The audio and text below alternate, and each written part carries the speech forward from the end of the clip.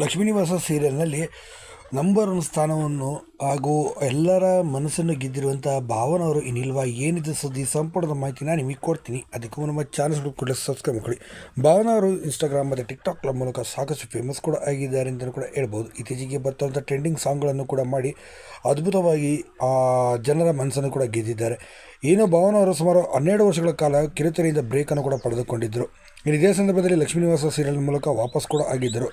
ಏನೋ ಈ ಸೀರಿಯಲ್ ಮೂಲಕ ವಾಪಸ್ ಆದಂಥ ಇವರು ಜನರ ಮನಸ್ಸು ಗೆಲ್ಲುವಲ್ಲಿ ಸಿಕ್ಕಾಪಟ್ಟೆ ಯಶಸ್ವಿಯಾಗಿದ್ದಾರೆ ಅಂತ ಹೇಳ್ಬೋದು. ಭಾವನಾ ಪಾತ್ರ ಮಾಡಿ ಲಕ್ಷ್ಮೀ ನಿವಾಸದಲ್ಲಿ ತುಂಬಾ ಸ್ಮೂತಾಗಿರೋಂಥ ಹೆಣ್ಣುಮಗಳಾಗಿ ಮೃದುವಾಗಿರುವಂಥ ಹೆಣ್ಣುಮಗಳ ರೀತಿ ಅಭಿನಯಿಸಿ ಸಾಕಷ್ಟು ದಿಶಾ ಮದನ್ ಅವರು ಒಳ್ಳೆಯ ಹೆಸರು ಕೂಡ ಮಾಡಿದ್ದಾರೆ ಅಂತಲೂ ಕೂಡ ಹೇಳ್ಬೋದು. ಲಕ್ಷ್ಮೀ ನಿವಾಸದಲ್ಲಿ ಇನ್ನು ಒಳ್ಳೆ ಗೃಹಿಣಿ ಪಾತ್ರದಲ್ಲಿ ಅಭಿನಯಿಸಿ ಎಲ್ಲರ ಮನಸ್ಸನ್ನು ಕೂಡ ಈಗ ಗೆದ್ದಿದ್ದಾರೆ. ಇನ್ನು ಇದೇ ಸಂದರ್ಭದಲ್ಲಿ ಭಾವನವರು ಇನ್ನಿಲ್ಲ ಅನ್ನೋದು ಶಾಕಿಂಗ್ ಸುದ್ದಿ ಅಂತ ಕೂಡ ಹೇಳ್ಬೋದು. ಯಾಕೆಂದರೆ ಭಾವನವರಿಗೆ ಮತ್ತೊಂದು 2-3 ಸೀರಿಯಲ್ಗಳಿಗೆ ಅವಕಾಶ ಕೂಡ ಮುಗಿದೆ. ಆದರೆ ಉದಯ ಟಿವಿ ಶಾಂತಿನಿವಾಸ ಸೀರಿಯಲ್ನಲ್ಲಿ ಕೂಡ ಪ್ರಮುಖವಾದ ಪಾತ್ರ ಸಿಕ್ಕಿರೋದ್ರಿಂದ ಸದ್ಯ ಅಲ್ಲಿಗೆ ಶಿಫ್ಟ್ ಕೂಡ ಆಗಲಿದ್ದಾರೆ ಅಂತ ಕೂಡ ಹೇಳಲಾಗ್ತದೆ. ಸಮಯದ ಅಭಾವದಿಂದ ಈ ನಟಿ ಇನ್ನು ಮುಂದೆ ಲಕ್ಷ್ಮೀ ನಿವಾಸದಲ್ಲಿ ಇನ್ನಿಲ್ಲ ಅಂತ ಕೂಡ ಹೇಳಲಾಗುತ್ತೆ. ಆಗ ನೀವೇನಂತಾರೆ ಇದ್ರ ಬಗ್ಗೆ ದಯವಿಟ್ಟು ಕಮೆಂಟ್ ಮಾಡಿ.